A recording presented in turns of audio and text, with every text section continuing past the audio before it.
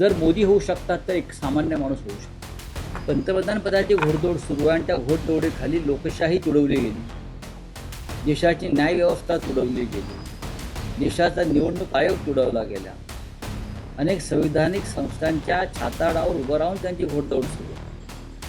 हे तुम्ही विसरू नका. म्हणून त्यांनी एक पत्रकार परिषद घेण्याचं धाडस दाखवायला पाहिजे. नरेंद्र मोदी अजिबात मजबूत नाही. आमच्या ताब्यामध्ये 72 तासासाठी निवडणूक आयोग, ईडी, CBI अशा संस्था 72 तास जर आमच्या ताब्यात आल्या तर नरेंद्र मोदी, अमित शहा हे एकतर देश सोडून गेलेले असतील, त्यांचे सगळे लोक. नाही, बरोबर आहे, नेहरूंनी देश उभा केला. आज जो देश तुम्हाला दिसतोय तो मोदींनी उभा केलेला नाही, तो पंडित जवाहरलाल नेहरू यांनी उभा केला. त्याचं काय, वर्ष वाढली, वय वाढलं, पृथ्वीचंही वय वाढतं आहे, देशाच्या स्वातंत्र्याचं वय वाढतं आहे आणि अनेक माणसांचं वय वाढतं, पदावर बसलेल्या व्यक्तींचं वय वाढतं. पण आपण आपल्याला मिळालेल्या संधीचा देशासाठी आणि जनतेसाठी किती उपयोग केला ह्याच्यावर येणाऱ्या पिढ्या आणि इतिहास आपल्या कार्याची नोंद ठेवतात. आपण कितीही अशा नोंदी नष्ट करण्याचा प्रयत्न केला तरी पंडित नेहरूंची नोंद इतिहासाने ठेवली, लालबहादूर शास्त्रींची ठेवली, इंदिरा गांधींची ठेवली, राजीव गांधींची ठेवली, नरसिंहराव आणि मनमोहन सिंग यांची सुद्धा ठेवली. कारण हा देश घडवण्यात या सगळ्यांचं योगदान आहे आणि या सर्व काळामध्ये त्यांनी या देशातली लोकशाही जिवंत ठेवली. हे त्यांचं सगळ्यात मोठं योगदान. त्यांनी आपल्या देशातली लोकशाही ही मजबूत केली, जिवंत ठेवली आणि त्यासाठी अनेकदा त्यांना संघर्ष आणि सत्ताधाऱ्याने त्याग करावा लागला देशातली लोकशाही जिवंत ठेवण्यासाठी.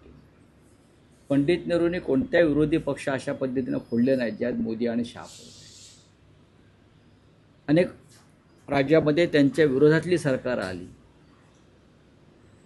लोकसभेत आणि राज्यसभेत सरकारच्या विरुद्ध बोलणारे अनेक बुलंद नेते आले आणि त्यांनी नेहरूंच्या तोंडावर टीका केली. त्यात अटल बिहारी वाजपेयीसुद्धा होते, हे लक्षात घ्या.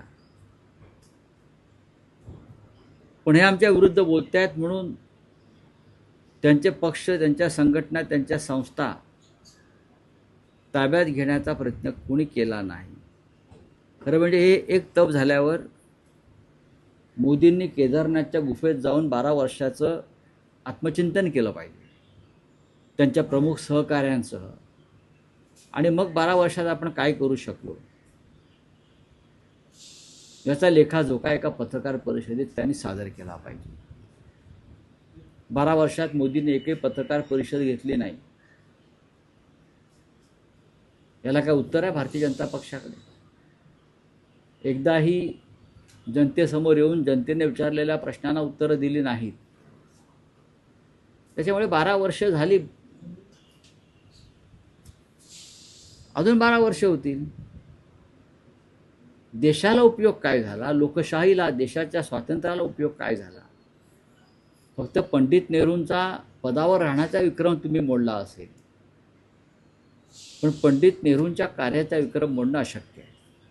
पंतप्रधानपदाची घोडदौड सुरू आहे आणि त्या घोडदौडीखाली लोकशाही तुडवली गेली, देशाची न्यायव्यवस्था तुडवली गेली, देशाचा निवडणूक आयोग तुडवला गेला, अनेक संविधानिक संस्थांच्या छाता. जर मोदी होऊ शकतात तर एक सामान्य माणूस होऊ शकतो. हे तुम्ही विसरू नका. म्हणून त्यांनी एक पत्रकार परिषद घेण्याचं धाडस दाखवायला पाहिजे. देशाच्या प्रधानमंत्र्यांनी आतापर्यंत आपली मर्दानगी आणि हिम्मतबाजी दाखवलेली आहे. 12 वर्षात प्रधानमंत्र्यांनी तशी दाखवल्याचं मला दिसत नाही. ऑपरेशन सिंदूरसुद्धा आंतरराष्ट्रीय दबावाखाली त्यांना गुंडाळावं लागलं. नाही, मोदी हे नेहरूंच्या अत्यंत विरुद्ध वागत आहेत. पंडित नेहरू हे देशाच्या स्वातंत्र्य लढ्यातून निर्माण झालेलं एक तेजस्वी नेतृत्व होतं. पंडित नेहरूंनी देशासाठी आपली सर्व संपत्ती दान केली. ज्या संपत्तीची आजची किंमत ही 80,000 कोटी आहे. आजचं मूल्य त्या संपत्तीचं 80,000 कोटी आहे. त्या काळामध्ये ते 225 कोटी होतं. ही संपत्ती पंडित नेहरूंनी देशासाठी, देशाच्या स्वातंत्र्यासाठी दान केली. पंडित नेहरूंच्या काळामध्ये कोणी अडाणी, अंबानी किंवा अन्य कोणी, हे जे आहे सगळे नावं घेत नाही मी, हे निर्माण झाले नाही. पंडित नेहरूंनी सार्वजनिक उपक्रम निर्माण केले. तेल कंपन्या, LIC, असे अनेक उपक्रम सार्वजनिक, ONGC, atomic research centre, IIT, IIM. मोदींनी काय केलं हे त्यांनी पत्रकार परिषदेमध्ये येऊन सांगायला पाहिजे. ही एक माफक अपेक्षा जी त्यांच्या तपपूर्तीनंतर जनतेने किंवा पत्रकारांनी व्यक्त केली तर भारतीय जनता पक्षाला राग येण्याचं कारण नाही. मोदींनी राम मंदिराची प्रतिष्ठापना केली असं म्हणतात. त्यासाठी शिवसेनेसह अनेक संघटनांनी लोकांचं बलिदान दिलं आहे आणि त्या राम मंदिराच्या दानपेटीतून गेल्या वर्षभरामध्ये 5 कोटी रुपये चोरीला गेले. कोणी चोरले? 5 कोटी रुपयाचा अपहार झाला आहे. आणि ही संपूर्ण व्यवस्था ही भारतीय जनता पक्षाच्या ताब्यात आहे ना. एक लक्षात घ्या की प्रधानमंत्रीपदाचा चेहरा उद्धव ठाकरे ठरवू शकणार नाही. उद्धव ठाकरे यांनी सांगितलं आहे की इंडिया आघाडीतून ठरवायला पाहिजे एकत्र बसून, आणि तो एकत्र बसून ठरवला. जर मोदी होऊ शकतात तर एक सामान्य माणूस होऊ शकतो. नाही, विकासात्मक मुद्द्यांविषयी काही बोलता येणार नाही. विकास हा अखंड सुरू असणारी प्रक्रिया आहे. पंडित नेहरूंनी विकास नसता केला तर त्या मार्गावरून मोदी पुढे नसते गेले. मोदींनी काही चांगली कामं केली असतील, प्रधानमंत्र्यांनी ती करावीच लागतात. पण ज्या पद्धतीने त्यांनी लोकशाहीचं अवमूल्यन केलं, संविधानिक संस्थांचं अवमूल्यन केलं, त्याच्यामुळे त्यांच्या चांगल्या कामावर काळी छाया पडली. हे मोदींचं गेल्या तपातलं कार्य आहे. नरेंद्र मोदीने काय केलं तर नरेंद्र मोदींनी आपल्या विरोधकांना विकत घेतलं. हे जे मगातपासून मी सांगतो आपल्याला, तुम्ही समजून घ्या. नरेंद्र मोदी, अमित शहानी त्यांच्या राजवटीत काय केलं तर शिवसेनेसारखे हिंदुत्ववादी पक्ष फोडले, राष्ट्रवादी काँग्रेससारखे पक्ष फोडले, लोकशाही मार्गाने निवडून आलेल्या पक्षांची, आमदार खासदारांची खरेदी विक्री केली. हे 12 वर्षातलं मोदींचं काम नक्कीच भूषणावह वाटत असेल कुणाला तर त्यांनी त्याबद्दल मोदींना भारतरत्न. त्यासाठी पक्ष फोडावे लागले, जोर जबरदस्ती करावी लागली. हे मोदींचं कर्तृत्व नक्की आहे. मी म्हणतो ना, 12 वर्षात मोदीने काय केलं. 12 वर्षात मोदींनी लोकशाहीच्या नावाने झुंडशाही आणि गुंडशाही केली. की एखादं विधेयक मंजूर करण्यासाठी त्यांनी लोकशाही मार्गातून निवडून आलेल्या खासदारांना विकत घेतलं, दहशतीनं आपल्या पक्षात आणलं. हे त्यांच्या एका तपातलं कार्य आहे. अनेक राज्य त्यांनी आपल्या ताब्यात घेण्यासाठी तिथले प्रादेशिक पक्ष विकत घेतले. नरेंद्र मोदी अजिबात मजबूत नाही. आमच्या ताब्यामध्ये 72 तासासाठी निवडणूक आयोग, ED, CBI अशा संस्था 72 तास जर आमच्या ताब्यात आल्या तर नरेंद्र मोदी, अमित शहा हे एकतर देश सोडून गेलेले असतील, त्यांचे सगळे लोक, किंवा ते काँग्रेस किंवा शिवसेनेत प्रवेश केलेले तुम्हाला दिसतील. मी काय म्हणतोय, ज्या दहशतवादी पद्धतीनं हे राजकारण करतायत, ज्या केंद्रीय तपास यंत्रणांच्या माध्यमातून, हे एक तपपूर्ती आहे ना त्यांची. 12 वर्ष त्यांनी या संस्थांचा गैरवापर केला. आमच्या ताब्यात 72 तास द्याव्यात या संस्था. आमच्या कोणाच्या ताब्यात? मग राहुल गांधी असतील, उद्धव ठाकरे असतील, मी असेन किंवा अन्य कोणी असतील, ममता बॅनर्जी असतील, 72 तास द्या. नरेंद्र मोदी, अमित शहा हे एकतर देश सोडून पलायन करताना दिसतील किंवा ते काँग्रेस, शिवसेना, तृणमूल या पक्षात त्यांचा प्रवेश झालेला असेल, त्यांच्या संपूर्ण भाजपासह. हे तुम्ही लिहून घ्या. ते महात्मा परम आदरणीय आहेत. भ्रष्टाचाराविरुद्ध त्यांचा आवाज ते जोरात उठवत असतात. ज्यांनी भ्रष्टाचार केला त्यांच्या दारात जाऊन आंदोलन करतात, कोणाला काही बोलतात. भ्रष्टाचाराने ते अजिबात सोडत नाहीत. त्यांच्या अंगामध्ये भ्रष्टाचार विरोधी किडा वळवळत असतो कायम. तर त्यांना त्यांच्या नजरेतून एक विषय सुटलेला आहे. त्यांना एवढी कामं आहेत भ्रष्टाचाराविरुद्ध काम करण्यासाठी. त्यात परत त्यांनी ते बांगलादेशींच्या विरुद्ध आंदोलन अंगावर घेतलं आहे. एक माणूस काय काय करणार.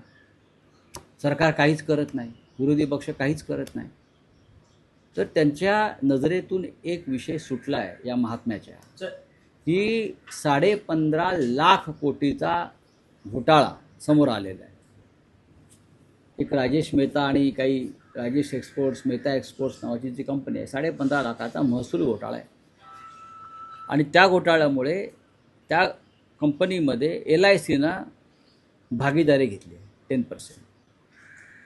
आणि LIC पॉलिसीधारकांचे जवळजवळ 770 कोटी त्यात फसलेले आहे, जनतेचा पैसा. आता अनेक त्यांनी सबसिडरीज कंपन्या, शेल कंपन्या स्थापन केल्या या मेहताने परदेशात, स्वित्झर्लंड, आणि त्या मार्गातून पैसे इकडे तिकडे वळवले. हे मनी लॉन्ड्रिंग आहे. आणि मनी लॉन्ड्रिंग हा परमादरणीय सोमय्या यांचा आवडीचा विषय आहे. पण त्यांच्या नजरेतून हा विषय सुटला आहे. त्याच्यावेळी मी त्यांना सांगितलं की प्रधानमंत्र्यांच्या दारात जाऊन आंदोलन करा. 15.5 लाख कोटी हा आकडा काय आहे. प्रधानमंत्र्यांच्या दारात आंदोलन करा, ईडीच्या कार्यालयात घुसा,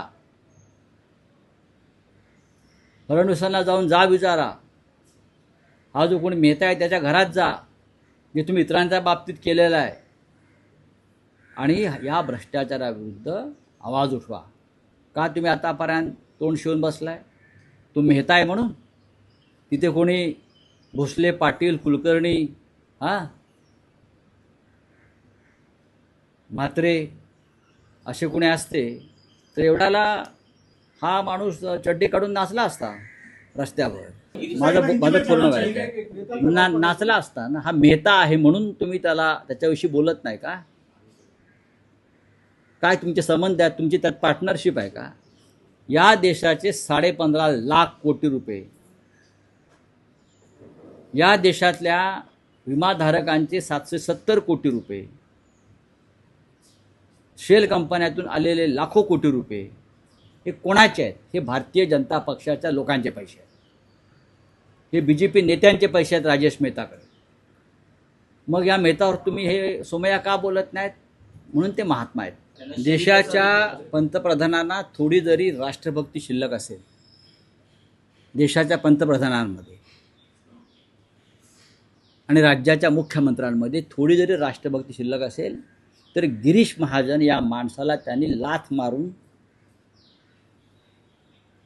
मंत्रिपदावरून हाकलून द्यायला पाहिजे आणि भाजपमधून हाकलून द्यायला पाहिजे. जे एक मग आम्ही ऑपरेशन सिंदूरचा दिवस काळा दिवस मानायचा का जनतेने.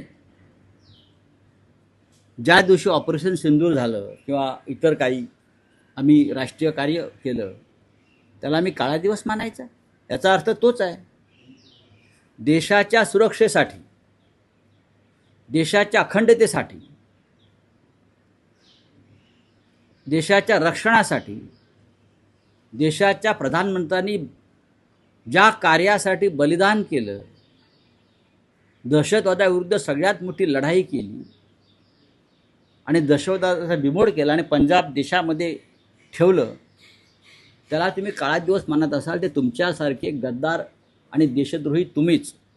मी या संदर्भात प्रधानमंत्र्यांना पत्र लिहून मागणी करणार आहे. गिरीश महाजन हा जो उपटसुंब आहे, भारतीय जनता पक्षातला इकडला भ्रष्ट माणूस आहे, त्याला काय कळत नाही. तुम्ही सामान्य जनतेला विचारा, इंदिरा गांधीच्या बलिदानावर तुम्ही शंका घेता.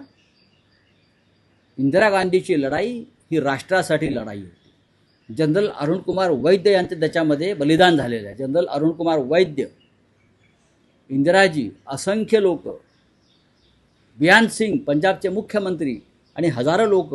तुम्ही या विषयावर JF रिबोरो यांचं मत घ्या, ज्यांनी हा दहशतवाद तिकडला मोडून काढण्यासाठी फार मोठं योगदान दिलं.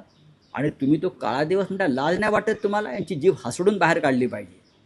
जर देवेंद्र फडणवीस हे खरे राष्ट्रभक्त असतील, मोदी हे खरे राष्ट्रभक्त असतील, तर त्यांनी या भंपक माणसाला पदावरून दूर केला पाहिजे. मग फडणवीस सुद्धा त्या गुन्ह्यात सामील आहेत. हो, पण फडणवीसांना इतिहासाचं भान नाही. जर फडणवीसांना ऑपरेशन ब्लू स्टार जे राष्ट्राच्या रक्षणासाठी झालं त्याच्याविषयी भान नसेल तर प्रधानमंत्री मोदी आणि भाजपा हा मूर्खाच्या नंदनवनामध्ये आहे आणि किंवा त्यांच्या राष्ट्रभक्तीच्या व्याख्या वेगळ्या आहेत. हा त्यांच्या पक्षाचा अंतर्गत विषय आहे. भुजबळ कोणत्या पक्षात आहेत मला माहीत नाही. भुजबळांना राष्ट्रवादी काँग्रेसनं मंत्री केलं नाही तर त्यांना मोदी शहांनी मंत्री केलं. अजित पवार हे सगळ्यांना माहिती आहे. त्यांना आधी घेतलंच नव्हतं. त्याच्यामुळे ते भाजपमध्ये आहेत की राष्ट्रवादी काँग्रेस पक्षात आहेत की मला माहीत नाही. हा त्यांचा अंतर्गत विषय आहे. असे जेव्हा जेव्हा भुजबळांवरती राजकीयदृष्ट्या काही त्यांना मिळालं नाही तेव्हा त्यांचे समर्थक निर्णय घ्या साहेब असे होर्डिंग नेहमी लावत आलेले आहे. मग अजित पवार हो झालं असतं ना. काय अमित शहाचे पक्ष आहेत त्यात वेगळं काय. एनडीएमध्ये ते सदस्य आहेत. वेगळं करू शकतात ते काही करू शकतात. बोलिए ठीक है. लंबा कार्यकाल जो है लंबा कार्यकाल उससे कोई देश को फ़ायदा हुआ है क्या? पंडित नेहरू से ज़्यादा मैंने एक दिन प्रधानमंत्री कुर्सी गर्म की. उससे क्या होता है? पंडित नेहरू ने देश के लिए जो कार्य किया है वही तो देश आज है ना.